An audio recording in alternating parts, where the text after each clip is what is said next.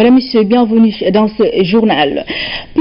Rien ne sera plus comme avant. L'administration sénégalaise va désormais s'adapter aux besoins des populations à travers une modernisation générale des instruments de service public, une administration au service des citoyens avec plus d'efficacité et de diligence dans les procédures. C'est ce que veut le président de la République qui a rencontré ce matin les cadres de l'administration sénégalaise. C'était lors de l'ouverture du forum de l'administration au Centre international de conférence Abdou Diouf. La synthèse de Pape Biram Bigué Ndiaye. Dans la ville symbole du Sénégal du futur, le président de la République Macky Sall ouvre une nouvelle page de l'histoire de l'administration sénégalaise. Un seul objectif, le bien-être des populations, aspiration légitime des citoyens. Des souvenirs qui refont surface à l'évocation d'un besoin essentiel, la source d'inspiration d'un chef d'État qui a toujours été proche de son peuple. J'ai toujours en souvenir une rencontre nocturne que j'ai eue dans un village perdu dans le Djeri du département de Kanel, à la lisière avec le département de Tambacounda. J'ai trouvé un paysan, habitant, et berger qui venait d'enterrer son fils il y a 3 ans, un fils de 8 ans, me disait-il, qui était tombé du cheval, évidemment faute d'infrastructures sanitaires, faute de prise en charge. L'enfant succomba après 3 jours après la chute. Et il me disait qu'on l'a enterré derrière la case. Nous n'avons aucun service public. La seule fois qu'on voit un représentant de l'État, me disait-il, c'était lorsque la gendarmerie, qui est aussi un service public, venait pour arrêter un berger parce qu'il y avait un conflit ou il y avait un problème quelconque. Ils étaient émerveillés de voir un leader de l'opposition à l'époque sillonner et venir jusqu'à Boki Sabundu dans le Djeri de Kanel. Une prise de conscience des réalités du pays qui doit pousser l'administration à s'adapter aux besoins des populations. Il s'agit du centre névralgique des politiques de développement. Le sujet est plus qu'important. Un devoir de vérité s'impose. Ce n'est qu'autour de la vérité et de la franchise que s'engagent les ruptures nécessaires dans toute organisation. Ce n'est qu'avec la vérité et la franchise, drapées dans un courage résolu, que l'on vainc les hésitations et les résistances. L'administration doit être au service des populations dans cette nouvelle phase de modernisation pour assurer plus d'efficacité et plus de diligence et de célérité dans les procédures. L'enjeu, c'est d'être performant. Les agents de l'État doivent adopter le culte du résultat et cultiver davantage la probité, la loyauté, l'humilité, le respect et la courtoisie. La relation entre le fonctionnaire, le citoyen et le bien public sera revue. Elle exige désormais un nouvel état d'esprit. Nous ne devons plus faire les choses comme avant. Voilà qui fonde l'impérieuse nécessité d'élaborer et de mettre en œuvre un nouveau modèle d'administration publique, gage de notre performance et de notre compétitivité. Mesdames et messieurs, changer pour le meilleur, c'est la finalité de l'exercice spécial qui nous réunit ce matin. Conservons donc ce qui marche et améliorons ce qui doit l'être. Mais osons surtout changer ce qui ralentit notre marche vers le progrès. Au sortir de ces 2 jours d'échange, un plan d'action prioritaire verra le jour. C'est pour améliorer la qualité du service public à travers notamment la modernisation de l'administration qui va désormais servir de moteur d'accélération des politiques publiques dont l'ère, dont Sénégal émergent. Et dans la série des rencontres, celle que le président de la République a accordée aux directeurs de cabinet et secrétaires généraux des ministères et des institutions de l'État, des hommes et des femmes engagés à jouer un rôle déterminant dans la modernisation de l'administration sénégalaise. Le chef de l'État a également échangé avec les hauts cadres femmes, occasion de passer en revue leurs préoccupations. Les perspectives d'une administration moderne et efficace ont été déclinées par ces agents de la fonction publique. La synthèse de Aboubakri Kane. Il s'agit d'un segment important dans le fonctionnement de l'administration sénégalaise. Les directeurs de cabinet et secrétaires généraux des ministères et autres institutions de l'État facilitent la coordination avec notamment la primature et la présidence. À travers cette rencontre, le président de la République a surtout voulu écouter les uns et les autres et recueillir leurs préoccupations. L'objectif étant de tracer les conditions de modernisation de l'administration, toute la pertinence de ce forum. Il trace les conditions d'une modernisation optimale de l'administration sénégalaise. Je sais personnellement quel est votre engagement par rapport à cette question et quelle est l'importance que vous accordez à cette problématique-là, notamment dans le PSE, qui est aujourd'hui la politique de référence de base fondamentalement. Les secrétaires généraux et directeurs de cabinet sont les courroies de transmission des ministres qui sont chargés de coordonner, d'impulser et de mettre en œuvre les politiques et programmes qui découlent de votre vision. Cette vision éclairée de faire de notre Sénégal un pays émergent. Au chef de l'État, les directeurs de cabinet et secrétaires généraux ont réaffirmé leur engagement et leur détermination à suivre et à faire appliquer les directives émanant notamment du Conseil des ministres. Face aux attentes qui pèsent sur ces fonctionnaires assurant la permanence des ministères, ils ont émis le souhait d'une révision des textes réglementaires qui régissent les fonctions de directeur de cabinet et de secrétaire général. Dans la même lancée, le président de la République a appelé à une harmonisation des textes administratifs, surtout dans leur rédaction. Autre réunion, celle-ci toute particulière, avec les directrices générales. Une opportunité d'échange et de discussion fortement saluée par les femmes. Quand nous accédons, nous avons la subtilité pour ménager, nous avons la subtilité féminine, ça c'est un don vraiment pour répondre à l'attente de nos autorités. Elles ont décliné leurs principales préoccupations, attentes et perspectives d'une administration moderne, forte et accueillante. Il y a des institutions à la base et généralement qui sont créées par des populations locales et particulièrement les femmes qui ont besoin d'être renforcées pour jouer un rôle important dans la mise en œuvre des projets, programmes du PSE, surtout pour développer le secteur de l'agriculture, l'élevage, etc. L'informatique réglerait nos problèmes en termes d'efficacité, d'efficience et nous fera gagner du temps. Je vais transférer ici le cri de cœur des femmes qui viennent à 7 h du matin au Fonds national de crédit pour les femmes, espérant partir avec quelques centaines de mille pour pouvoir mener une activité génératrice de revenus. Le financement, le fonctionnement et les moyens matériels, financiers comme humains restent des préoccupations partagées par ces directrices générales. Cette attention que vous avez pour l'administration ne date pas d'aujourd'hui.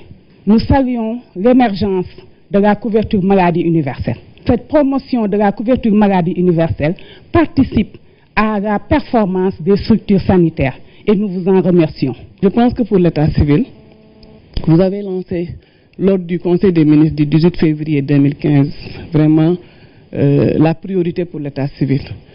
C'est important, on a fait le plaidoyer, les partenaires nous suivent, mais l'État du Sénégal ne suit pas encore. On a beaucoup de problèmes, mais vous avez aussi beaucoup fait pour l'éducation et ça, il faut le dire.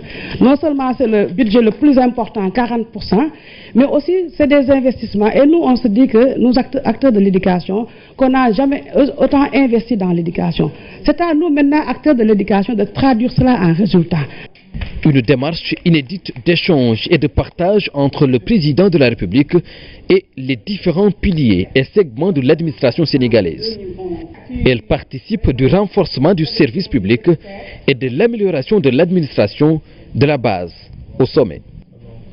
En marge de la cérémonie, le chef de l'État a eu une série de rencontres avec des dirigeants de structures publiques. Les échanges ont permis à ces agents de mieux comprendre les orientations du président de la République dans le cadre de la modernisation de l'administration sénégalaise. Le résumé de Oumar Nying. C'est un dialogue naturel. Il met en face le président de la République, chef de l'administration, et les bras séculiers. Ici, l'administration déconcentrée, représentée par les gouverneurs de région. Le forum est l'occasion de fixer encore les enjeux du moment.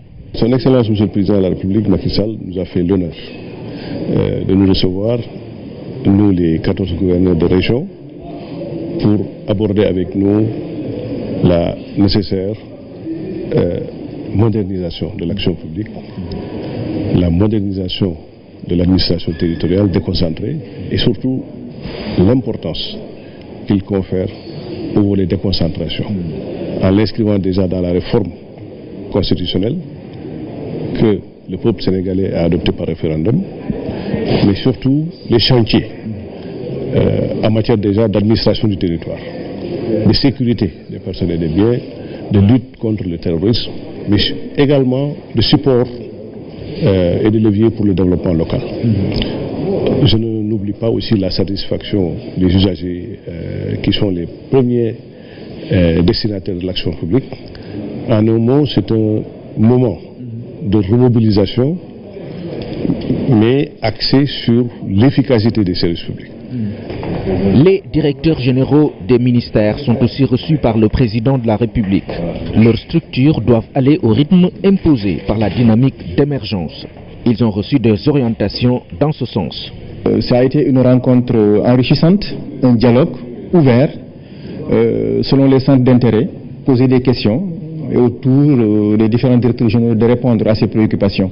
C'était une manière également pour lui de jauger le niveau de fonctionnement interne de l'administration, mais également d'en identifier tous les problèmes et les difficultés en perspective de les trouver des solutions. Je crois que c'était très utile ce dialogue avec le président de la République. Voici les directeurs des agences et organismes assimilés, en nombre plus important. Les contributions des uns et des autres sont tout aussi intéressantes. Au vu de l'importance du service public de la santé, on retiendra celle de la directrice de l'hôpital Aristide Le Dantec. L'annonce qu'elle fait va soulager les usagers. L'appareil est tombé en panne il y a un peu plus de 2 semaines. Au début, donc, le réparateur avait quelques difficultés à identifier la panne. Mais en fait, celle-ci a été identifiée et ils ont même fini la réparation. Donc hier, les techniciens, en l'occurrence donc les physiciennes, étaient en train de tester l'appareil. Donc, pour qu'on voit si toutes les conditions de sécurité sont réunies. Parce qu'en fait, il y a un problème de sécurité. On a fait un premier test concluant, mais on va profiter également du week-end. Et lundi, on pourra se prononcer. En fait, d'ici mercredi, Inch'Allah, peut-être qu'on pourra redémarrer vraiment les activités. Mais en marge de ça également, lorsque le ministère a été saisi, on a essayé de voir comment acquérir aussi un autre appareil qu'on appelle accélérateur de particules, donc en procédure d'urgence.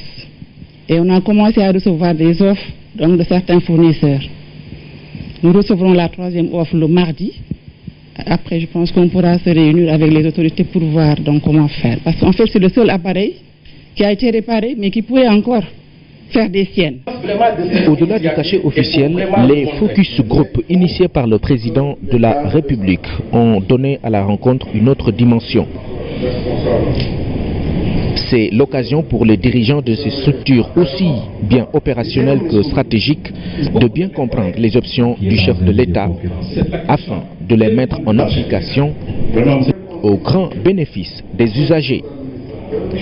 Et puis le Premier ministre, dans le cadre d'une visite d'amitié et de travail de 2 jours en Mauritanie, a effectué des visites de chantier à Nouakchott. Ce soir, notre envoyé spécial revient sur celle effectuée au nouvel aéroport de la capitale, une infrastructure entièrement financée par le privé mauritanien et construite par la main-d'œuvre locale, ce qui a séduit la délégation sénégalaise.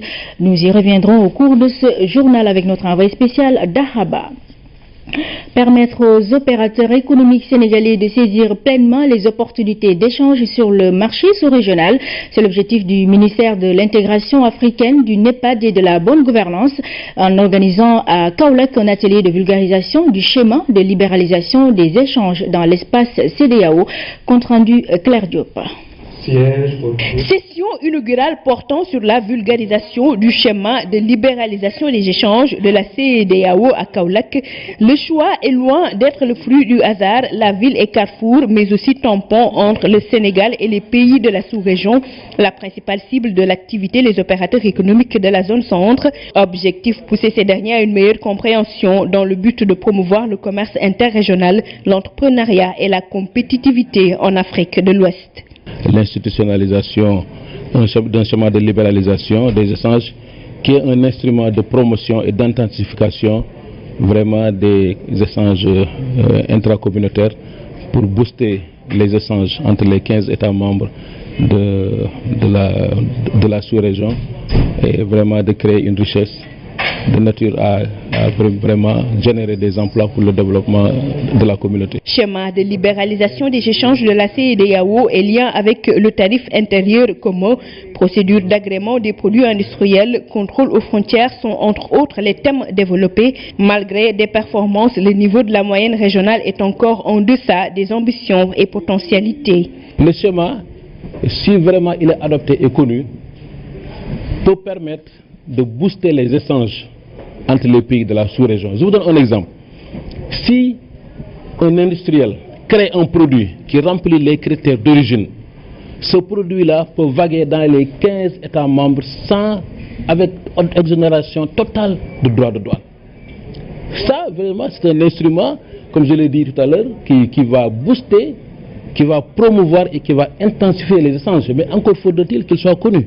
L'entrée en vigueur depuis le 1er janvier 2015 du tarif extérieur commun de la CEDEAO est une étape décisive vers la création d'un marché commun.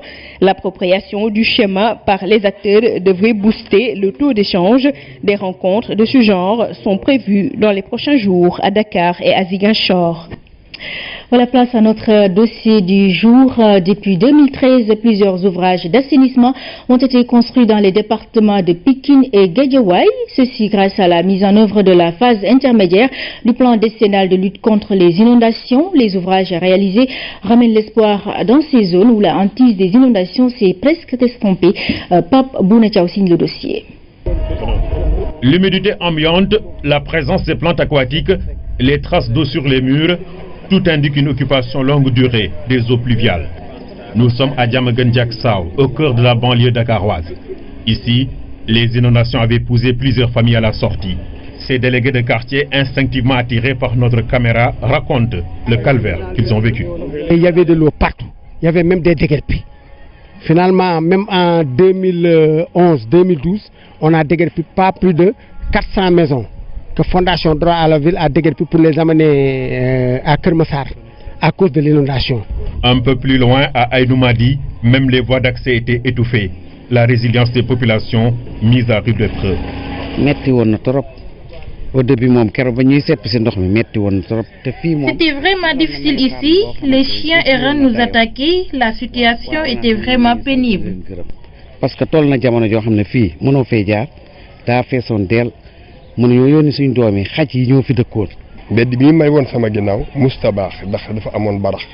Cette rue était complètement couverte par le tufa. Il était même impossible de voir l'autre bout et pourtant le CM se trouve juste à côté. Depuis l'arrivée de l'ONAS, nous sommes soulagés.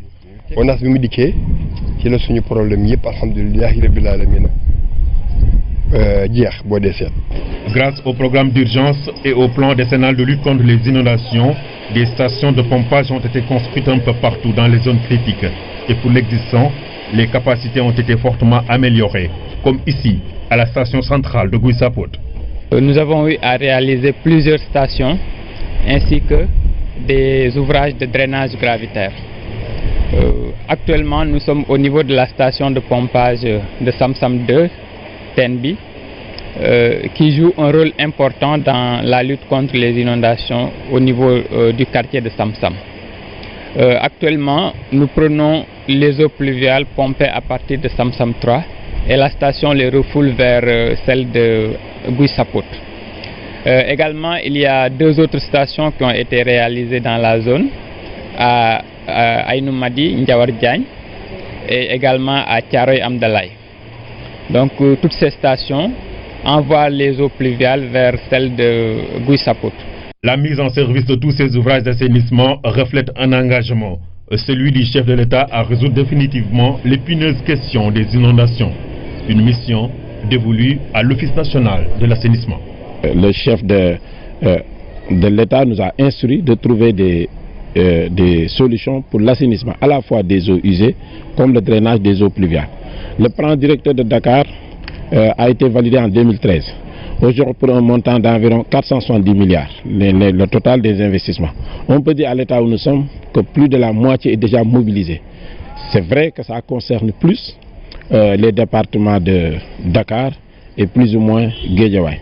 Mais sur le système S qui concerne Pikine, avec la Banque mondiale, nous sommes en train d'affiner le PDA pour établir l'avant-projet sommaire et l'avant-projet détaillé.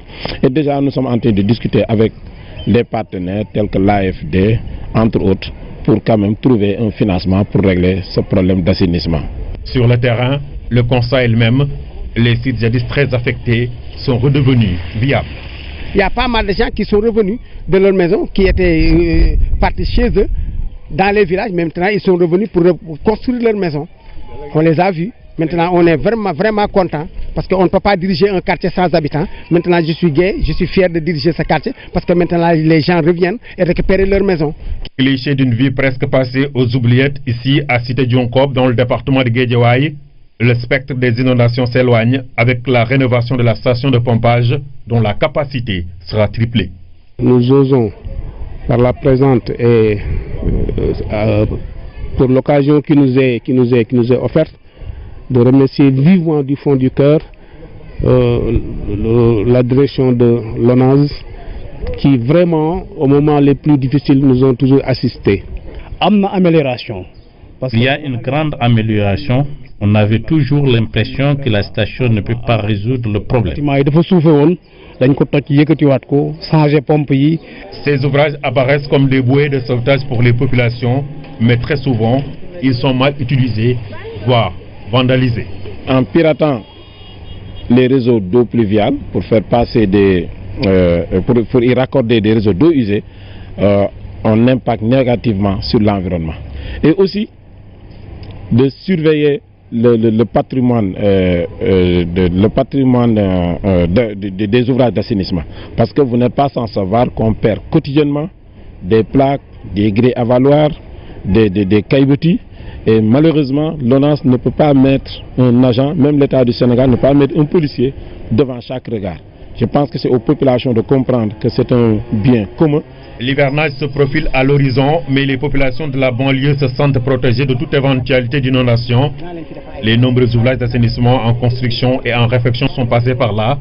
L'État tient à l'amélioration du cadre de vie de ces populations, car le niveau d'assainissement est aussi indicateur d'émergence. Les vendredis de Subdeco avaient hier comme invité un spécialiste en bourse pour animer une conférence qui porte sur le développement de la culture boursière en Afrique. L'idée est de montrer aux étudiants et aux acteurs de la finance la nécessité d'une formation en bourse avec des débouchés en trading et en ingénierie financière. Le compte rendu de Awandiaï. Le master finance de marché du groupe Subdeco Dakar met l'accent sur des connaissances théoriques et des applications pratiques.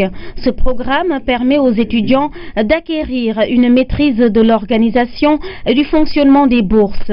Le développement de la culture boursière en Afrique est le thème qui a été développé à l'occasion de cette rencontre tant attendue, les vendredis de Subdeco. L'idée, c'est d'abord de leur dire qu'ils vont avoir une formation complète qui va permettre de parcourir les 3 domaines d'application de la finance, que ce soit en finance d'entreprise, en ingénierie financière et surtout en finance de marché. En finance d'entreprise, nous allons voir la comptabilité, l'analyse financière, la gestion des risques, l'évaluation d'entreprise, la gestion de trésorerie.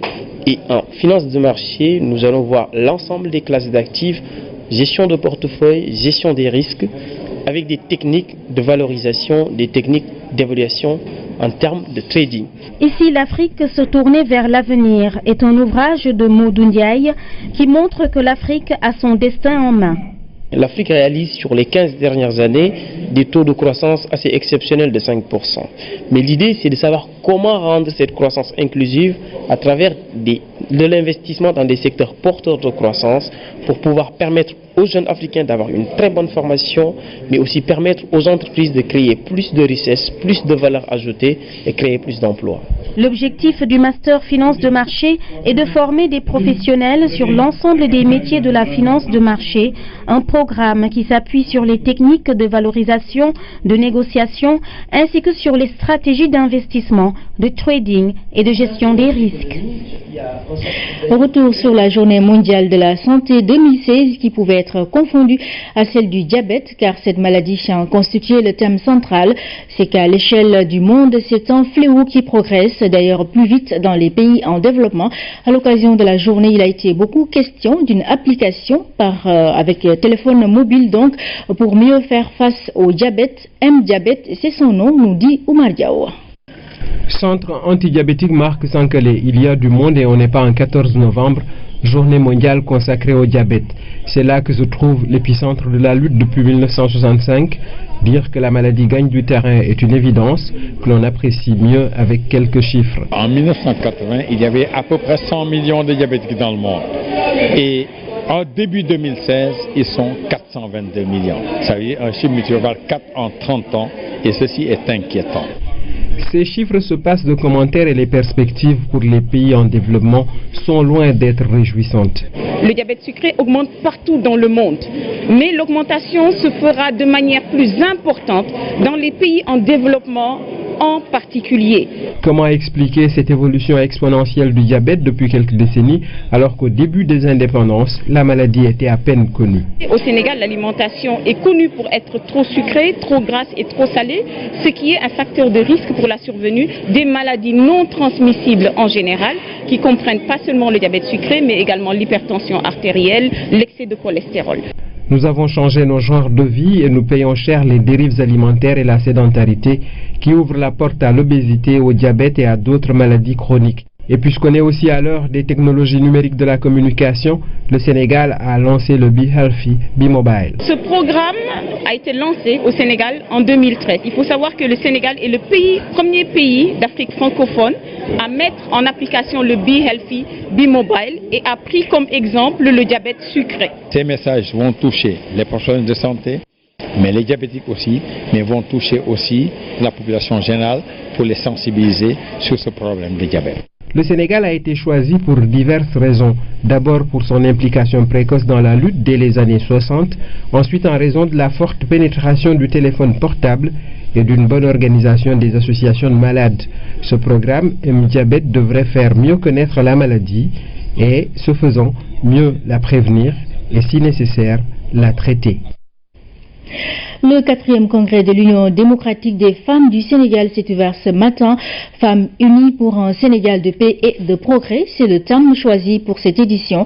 La rencontre a été également l'occasion de faire le bilan après 33 ans d'exercice. Le compte-rendu de Aminata Mbengfal. Pour ce 4e congrès de l'Union démocratique des femmes du Sénégal affiliée au PIT, cet amphithéâtre était trop exigu pour accueillir tout ce beau monde venu de différentes localités du Sénégal. Après 33 années d'exercice, c'est l'occasion pour l'UDFS de faire le bilan. L'Union démocratique des femmes du Sénégal est née il y a 33 ans, nous l'avons dit. À un moment où les femmes étaient des mouvements, dans les partis il y avait des mouvements intégrés, nous avons choisi d'en faire un mouvement affilié. Ça veut dire que nous traitons d'égal à égal avec le PIT. Nous avons une certaine indépendance. Aujourd'hui, il est temps de faire ce bilan pour voir. Mais nous sommes dans la coalition Benno Siggil Sénégal que nous dirigeons. Nous sommes au niveau du Conseil sénégalais des femmes que nous dirigeons. Nous sommes dans la coalition Benno Bokk Yakaar, dans laquelle nous travaillons avec toutes les femmes qui sont dans la mouvance présidentielle. C'est tout un programme dans lequel l'UDF s'est engagé. Cette rencontre se tient dans un contexte marqué par la menace terroriste. Ces femmes comptent s'unir pour un Sénégal de paix et de progrès. Aujourd'hui, tout ce que nous faisons, tout ce que nous accumulons en termes de progrès, de droits de femmes, de promotion de femmes, tout cela peut être simplement annihilé par le fait que aujourd'hui se développe dans la sous-région, comme je l'ai dit, des menaces. Et c'est par rapport à cela que nous avons inscrit ce congrès sous le sceau de la paix. Je pense que nous devons être ensemble, mobiliser toutes les femmes, parce que nous sommes les plus nombreuses au Sénégal, pour donner l'alerte, pour que les femmes soient, comme on l'a dit, prêtes à s'investir pour que la paix reste et demeure, pour que le Sénégal puisse se développer. La présence de ces femmes dans certaines instances de décision est saluée par leurs camarades de parti. Il faut qu'elles puissent peser encore plus dans ce qui va être fait, ce qui va être évalué et ce qui va en sortir comme nouvelle perspective pour le Sénégal. Donc aujourd'hui, il faut se féliciter en tout cas de la contribution de toutes ces dames qui sont dans ces organisations, évidemment, et de nos camarades, mais les appuyer aussi dans leur appel à regarder devant pour ce qui reste encore à faire au Sénégal, mais qui aura une importance dans tout le continent. Les ambassadeurs de Cuba et du Venezuela ont pris part à ce 4e congrès. C'est pour moi un immense honneur et un privilège de pouvoir être ici aujourd'hui et être témoin de l'histoire, des résultats, des défis et des perspectives analysées avec les rigueurs qui caractérisent les militants de cette grande organisation féminine, digne représentante de la femme sénégalaise. Et comme vous toutes, elle se dispose à engranger, disons, à construire une pensée, une réflexion capable d'aider le pays dans les problèmes qu'aujourd'hui est en train de surmonter. Je vous félicite vraiment. Durant 2 jours, ces femmes vont échanger sur les défis et perspectives de l'Union pour, entre autres objectifs, faire du Sénégal un pays de démocratie, de paix et de développement durable. Et puis je le disais en titre, le Premier ministre, dans le cadre d'une visite d'amitié et de travail de 2 jours en Mauritanie, a effectué des visites de chantier à Nouakchott. Ce soir, notre envoyé spécial revient sur celle effectuée au nouvel aéroport de la capitale, une infrastructure entièrement financée par le privé mauritanien et construite par la main-d'œuvre locale, ce qui a séduit la délégation sénégalaise. Envoyé spécial d'Akhaba. Mohamed Boun Abdallah Dionne en terre mauritanienne pour répondre à l'invitation de son homologue. Après l'aéroport, c'est ici à l'avenue Jamal Abdel Nasser de Nouakchott, siège de la primature, que les 2 premiers ministres se sont retrouvés pour la 2e fois de cette première journée de visite de travail et d'amitié. À la suite de ce tête-à-tête entre les 2 chefs de gouvernement, la réunion élargie aux délégations mauritaniennes et sénégalaises au niveau ministériel, mais aussi en présence de quelques fonctionnaires pour les ministres empêchés. Mohamed Boun Abdallah Dionne, au 2e jour de son séjour, s'est rendu à 25 km de Nouakchott. C'est pour une visite de chantier du nouvel aéroport de la capitale mauritanienne. Sur place, une visite guidée qui démarre avec les salles de départ et ses dérivés avec 18 comptoirs d'enregistrement. L'aérogare des passagers d'une superficie de 22 000 m². De l'autre côté, l'une des 6 passerelles d'embarquement. À l'étage, le local dédié au fret de départ et d'arrivée. Après la visite de ces salles, le tour de piste de la délégation sénégalaise en voiture. Jusqu'à la tour de contrôle haute de 38 mètres et située au nord-ouest, au croisement des pistes. Et pour boucler, le cortège a roulé jusqu'à la piste principale, à quelques mètres du pavillon présidentiel. Construit sur 3000 m² et tous les accessoires nécessaires. L'ouverture de cet aéroport est prévue, Inch'Allah, la fin du mois de juin prochain, dans un peu plus de 2 mois. C'est un nouvel aéroport d'une capacité annuelle de 2 millions de passagers, avec 2 pistes pouvant recevoir les plus grands porteurs au monde à ce jour. Donc il est extensible jusqu'à 10 millions de passagers dans le futur. Le nouvel aéroport international de Mauritanie a déjà reçu 2 avions. En novembre 2013, les pistes ont été achevées. Il y a eu un premier atterrissage avec un Boeing 737. Et cette année, le 28 novembre 2015, une visite officielle d'inauguration des équipements a été faite par le président de la République. Il a atterri lui-même avec son propre avion, assez spécial. L'entreprise n'est pas payée avec de l'argent, elle est payée en contrepartie par des terrains à viabiliser et à vendre. Donc le financement est assez spécifique et ne permet pas aujourd'hui de donner une estimation précise de la construction de cet aéroport. séduisant, éblouissant, et je suis très impressionné.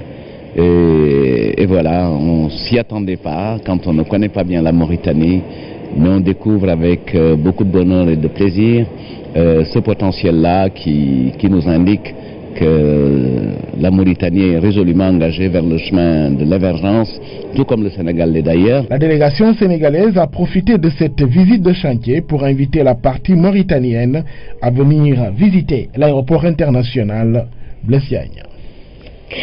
Et c'est en don du sang qui a débuté les activités de la célébration des 2 ans de la RTS 4 Casamance. L'initiative est de l'amicale des jeunes de la boîte. Les civils et les militaires ont répondu à l'appel de la JRTS Casamance. Kaltoum Gueye. Un geste qui sauve des vies, faire un don de sang.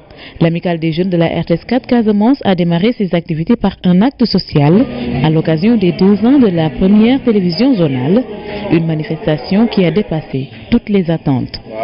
Je voudrais d'abord dire que je suis vraiment content de cette présence massive des populations de Ziguinchor. Vraiment, elles sont sorties très nombreuses vraiment pour venir répondre vraiment à cette invitation. Cela montre leur adhésion à cette activité. Donc cette activité a une importance très capitale et on voulait vraiment marquer notre présence à travers cette activité. Et je pense que ça a été une réussite. Aujourd'hui, vraiment, on a eu presque 80 poches.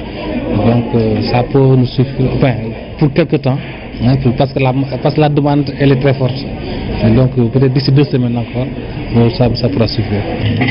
Civils et militaires ont répondu massivement à l'appel. Chacun, à travers ce geste, participe à l'acte citoyen posé par la JRTS Casamance. Tous saluent l'initiative. C'est une initiative heureuse. Vu la situation dans les hôpitaux, tout le monde se plaint du manque de sang. Donc si les jeunes de la RTS prennent l'initiative de faire cette manifestation de don de sang, c'est vraiment une initiative très heureuse. Oui, les populations vraiment les remercient. J'ai eu vent sur la route là, les gens qui étaient très contents de ce don de sang.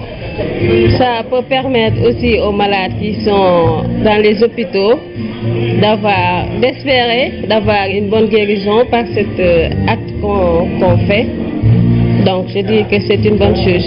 Je trouve c'est social parce qu'on est des militaires et puis on est des êtres humains on voit que le sang que nous donnons, ça va permettre à d'autres de s'établir et puis de continuer leurs événements Depuis sa création en 2014, la chaîne contribue grandement à la visibilité des activités de la Casamance. On peut dire que cette présence de la RTS 4 au niveau de la Casamance est remarquable, d'autant plus qu'on est en train de vraiment d'abattre un travail vraiment très important ici au niveau de la Casamance. Depuis la mise en place de la RTS 4 Casamance, on a constaté que vraiment toutes les activités qui se déroulent ici au niveau de Ziguinchor sont médiatisées sur le plan national comme sur le plan local. Donc on peut dire que la présence de la RTS 4 au niveau local, vraiment, ça a été vraiment très bénéfique pour les populations. L'amicale célèbre les 2 ans de la RTS 4 par des activités culturelles et sportives. Une grande randonnée pédestre est prévue ce dimanche 10 avril. Mais bon anniversaire à la chaîne 4 RTS Casamance qui a donc 2 ans. Suite de la visite d'une délégation d'étudiants sénégalais au Mali au 2e jour de leur séjour, les étudiants ont visité le Centre national des œuvres universitaires de la capitale malienne. Les autorités du CNU leur ont présenté les réalisations ainsi que les projets en cours, notamment en matière d'hébergement. Envoyé spécial Philomène Constance Diagne. À Bamako, les caravaniers ont pris contact avec le CNU, le Centre national des œuvres universitaires. Cette structure correspond au Code du Sénégal. Ici, les délégués étudiants ont pu constater quelques points similaires qu'ils partagent avec leurs camarades. J'ai surtout retenu la partie restauration. Ça m'a vraiment impressionné parce que le grand problème qu'on a avec les étudiants, c'est la gestion des cantines universitaires. Et j'ai compris qu'au Sénégal, l'État subventionne la prise en charge de la restauration universitaire. C'est ce qui fait que les coûts sont moindres par rapport à ce que nous offrons ici. Donc il va falloir que nous aussi nous nous préparons, nous sensibilisons l'État pour que l'État subventionne en partie la restauration universitaire. J'ai tiré beaucoup d'enseignements par rapport à ces échanges et j'ai vu que le Sénégal, compte tenu du fait que vous avez commencé l'université avant nous, vous êtes en avance, beaucoup en avance par rapport à nous. Et ce qui est sûr, nous allons nous préparer pour vous rendre visite, pour encore voir de façon plus concrète comment est-ce que vous gérez les œuvres universitaires. Vraiment, c'est des échanges vraiment qu'il faut encourager. De la séance de travail avec les acteurs des œuvres sociales, la délégation s'est dirigée vers ce qui constitue un bijou pour l'université malienne, la cité universitaire de Kabala. Je pense que nous, ce que nous attendons aujourd'hui, c'est vraiment la réception, c'est-à-dire l'inauguration, pour que les étudiants puissent déménager ici. Et je pense qu'un tel investissement mérite d'être entretenu. C'est vraiment une fierté pour nous, les responsables des œuvres universitaires, et c'est pour nous une fierté aussi. Pour l'ensemble du personnel de l'enseignement supérieur, c'est vraiment une fierté que l'État malien a bien voulu offrir aux étudiants. Fierté et émerveillement ont été les mots les mieux partagés par les caravaniers étudiants délégués du Sénégal devant cette belle infrastructure que vous avez vue, la cité universitaire de Kabala, qui a été financée entièrement par le gouvernement malien. Aujourd'hui, ça pourrait améliorer d'ici l'ouverture prochaine les conditions de logement des étudiants maliens. Autre étape importante de cette journée, la visite de courtoisie faite chez l'ambassadeur du Sénégal au Mali. L'autorité représentative du pays de la Teranga s'est félicitée de l'initiative. Je trouve l'idée lumineuse, pertinente, avant-gardiste et très lumineuse. Parce que vous parlez de pédagogie, moi je dirais qu'elle est même politique, parce qu'elle anticipe sur énormément de choses et qui vont développer la sous-région. Et également pouvoir apaiser l'espace universitaire au niveau du Sénégal. Parce que nos étudiants, les Sénégalais, je parle des Sénégalais, quand ils connaîtront la réalité de leurs collègues maliens et ivoiriens, ils sauront qu'ils ne sont pas les parents pauvres des universités. Nous sommes, toute humilité, en avant. Et les professeurs maliens, les 3/4 ont été formés par nos professeurs. Et même les thèses qui ont été délocalisées ici, ce sont des professeurs sénégalais qui viennent ici. Le séjour au Mali a été instructif et riche en découvertes. En témoigne cette mini-sortie au monument de Thiaroye. Les caravaniers y ont commémoré la mémoire des martyrs africains fusillés lors de la Deuxième Guerre mondiale à Dakar. Dans l'actualité internationale, un attentat en Somalie, la justice belge inculpe Mohamed Abrini pour acte terroriste, mais démarrons par le Djibouti où le président sortant a été réélu dès le premier tour. C'est un récit de Cher Traoré. Le président de Djibouti Rampil, Ismaël Omar Guelleh, a été réélu vendredi dès le premier tour de l'élection présidentielle pour un 4e mandat consécutif. Il a obtenu 86% des voix selon des résultats communiqués par le ministère de l'Intérieur. L'opposition s'est présentée divisée à l'élection. Une partie dénonçant une mascarade électorale avait appelé au boycott. Le principal candidat de l'opposition a obtenu 7% des voix. Un attentat a fait 3 morts ce samedi à Mogadiscio. C'est une voiture piégée qui a explosé devant un restaurant de la capitale somalienne. 5 personnes ont été blessées dans l'attaque. Les témoins parlent d'une explosion de très forte intensité. Des sources ont indiqué à l'AFP que le restaurant visé est régulièrement fréquenté par des responsables des forces de sécurité somaliennes. Aucune revendication n'a jusqu'ici été notée. Arrêté à Bruxelles, Mohamed Abrini a été inculpé par la justice belge d'assassinat terroriste et de participation aux activités d'un groupe terroriste. Ce belgo-marocain est suspecté d'avoir participé aux attentats de Paris. Les enquêteurs soupçonnent également un lien très étroit entre les attaques du 13 novembre à Paris et celles du 22 mars dans la capitale belge. Retour chez nous, Yandé Kodoussen, diva Serer. Le film documentaire de Laurence Gravon a été diffusé au ciné-club de la Fondation Konrad Adenauer, un film qui introduit les téléspectateurs dans la riche culture Serer. La Fondation allemande l'a choisi pour favoriser le dialogue interculturel. Ndeye Aïdja était de la partie.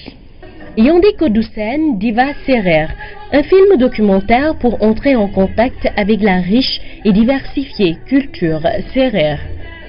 Le film a montré assez largement les paysages sérères de l'habitat qui montrent que c'est un environnement construit puisque les Sérères, agriculteurs, pêcheurs et éleveurs, pratiquent également ce qu'on appelle la sylviculture, c'est-à-dire qu'ils prennent soin des arbres. Le paysage, au-delà de ces aspects, a aussi concerné les baobabs, un élément constant des habitats sérères, avec toute l'utilité que le baobab donne à voir dans la quotidienneté de la vie des Sérères. Nous avons également vu les aspects liés aux croyances traditionnelles, à la religion locale.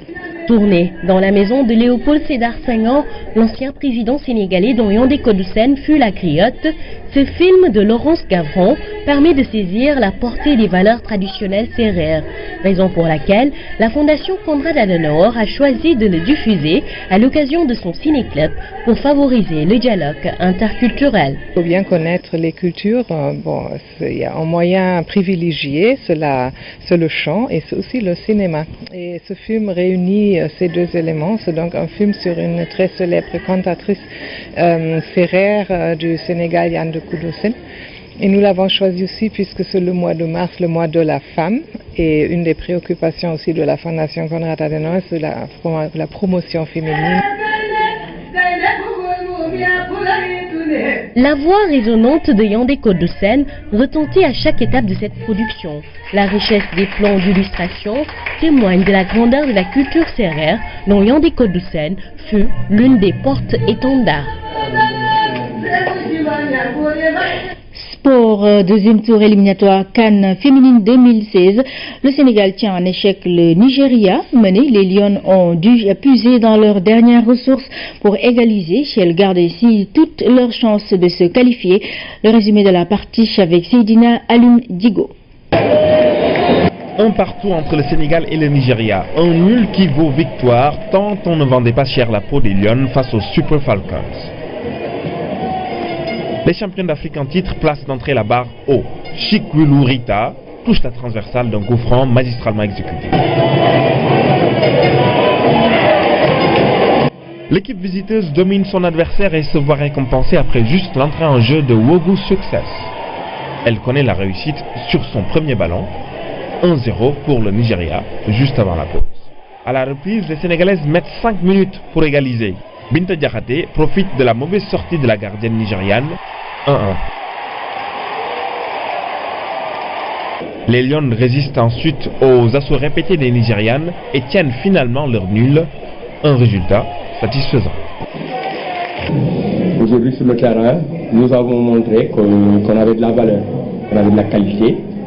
Et que si nous comparons ce match-là contre le match qu'on a joué ici contre la Guinée, notre équipe nationale a grandi sur son impact physique, sur son impact mental, sur sa dimension tactique et dans sa possession de balle. On peut faire un bon résultat ici, mais là, on leur dit que ça ne sera pas facile en Nigeria. On fera tout pour gagner là-bas parce qu'on va aller à la CAN. On va aller à la CAN, donc il faut vraiment jouer toutes nos chances là-bas.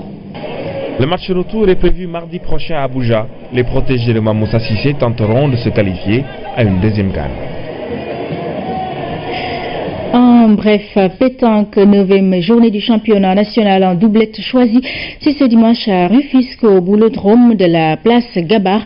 Un tournoi qui verra la participation de boulistes sénégalais, mauritaniens et français.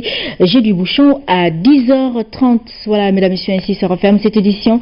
Merci à vous d'avoir été au rendez-vous. Très bonne soirée sur la RTS1.